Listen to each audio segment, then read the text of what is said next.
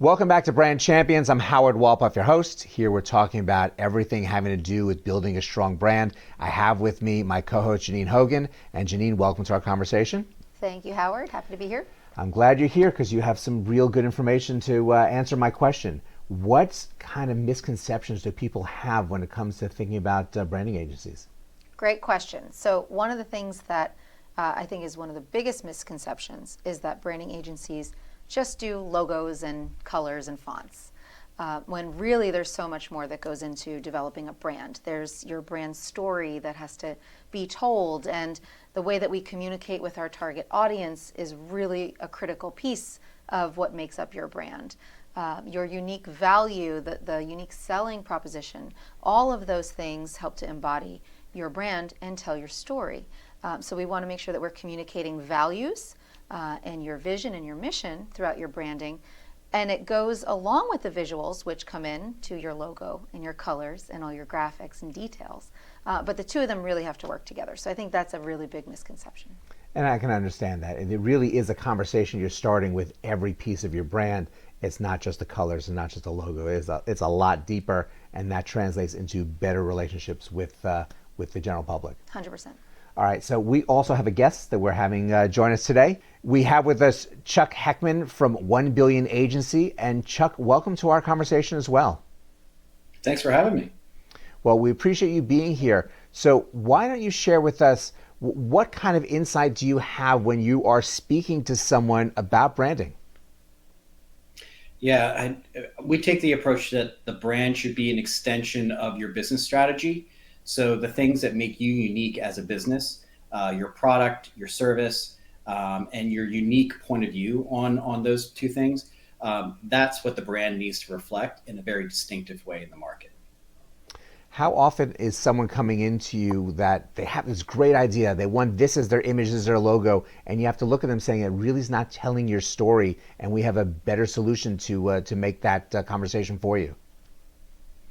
Yeah, we try not to throw the baby out with the bathwater. There's always a kernel there that probably will allow you to pull the next phase of the brand forward. But we really focus on distinctive assets, because the distinctive assets in the marketplace are what is going to form those mental structures with your audience that they're going to be able to recognize you later on. That's great. And Chuck, could you share with us some of the mistakes that you're seeing brands making when it comes to their branding? Yeah, skewing too hard to the competition. In the brand world, whatever the competition doing and whatever your audience is expecting, it really doesn't matter. And I know that might be heretical to say, but as long as the brand is true to the business that you want to be and the way that you want to go to the market, you're going to find people that want to come along for that ride. So it's really, I feel like a brand on a company level is really about being who you are as a business and having that reflect out and having people come to you. The marketing message is completely different. That goes the opposite direction, but a brand should pull people in. That's awesome. I totally agree. So are there any branding trends that are really exciting for you right now? Anything that you're seeing happening that's getting you all revved up with energy? Yeah, I think the effect that Gen Z is having on the way that brands are articulating themselves is really changing the way that brands are thinking about themselves almost.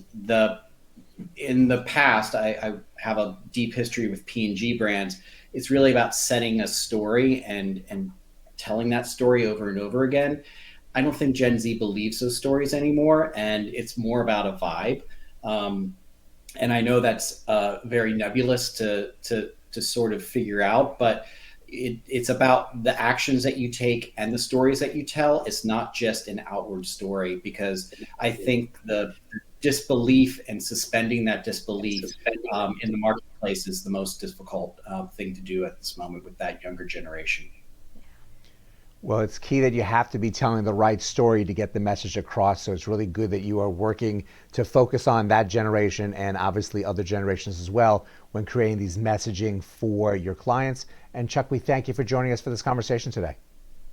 Thanks for having me. And thank you for joining us as well. Having the right brand, having your story being told the right way to the right audience is extremely important. It's great with the thoughts that Chuck had shared with us and making sure that you are really focusing on your audience and getting the message right. That's really going to help grow your business as time goes on. For Janine Hogan, I'm Howard Wolpoff. Thank you for joining us today. Go out, have a great rest of today, and we will see you next time.